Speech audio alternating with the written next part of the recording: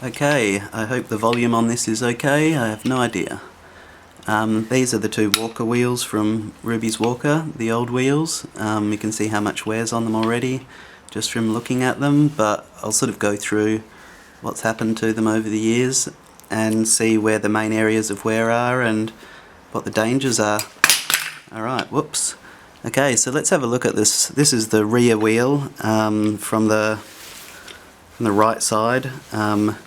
You can see already how much it's worn, and as it's worn like that, it's been pushing inwards and it's sort of been stopped by a little metal plug there that's part of the brake system, so it's sort of just been rubbing up against that. And on the inside around here you can see all the aluminium's just worn out and that hole has become massive.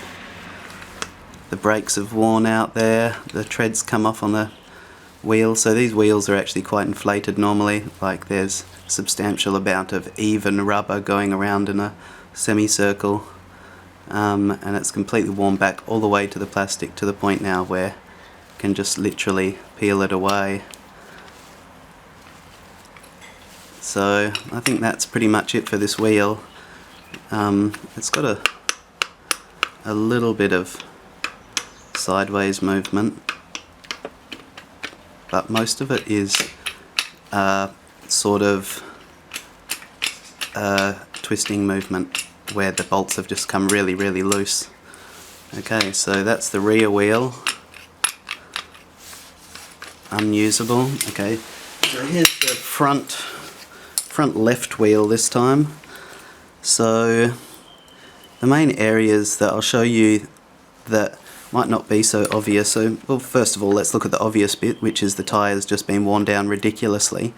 And saying that, the plastic on the inside of the tyre, because I don't even think it uses a bearing, I haven't taken it apart, but on the side bits of this plastic's just worn down now, so you can see the gap, which allows just way too much wobble for the tyre. So what's actually happening is the tyre wobbles to the point where it can't wobble any further, and it hits that outer wall there and starts scraping on it. So you can see the groove that it's left there as this tyre's just been running on the side there. So for one thing, when she's actually pushing pressure on it, they're very hard for the wheel to go round. You've got to imagine this is a front wheel, so if it's hard to go round, there's a momentum going forward that's going to want to tip the Walker forward. So we've already had a couple of accidents with the Walker going forward, and I mean, this is just going to aggravate that by having a continuous pressure on that front wheel. It took us weeks to get a replacement for it.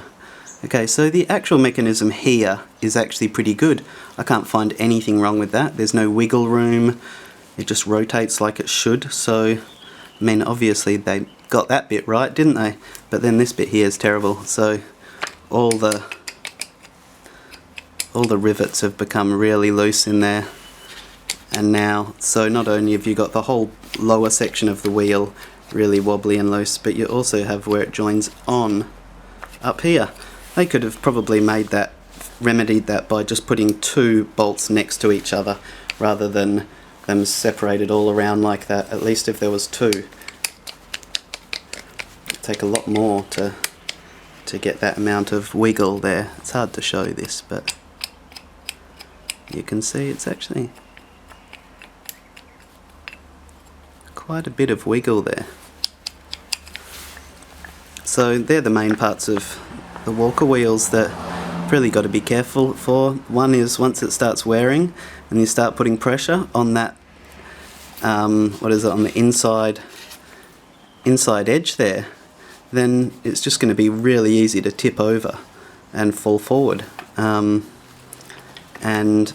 you know, when you've just got so many points of bad movement, the Walker's like a little rattly machine. So we have had the wheels replaced now, so we're pretty happy with that. But yeah, there you go. Thanks.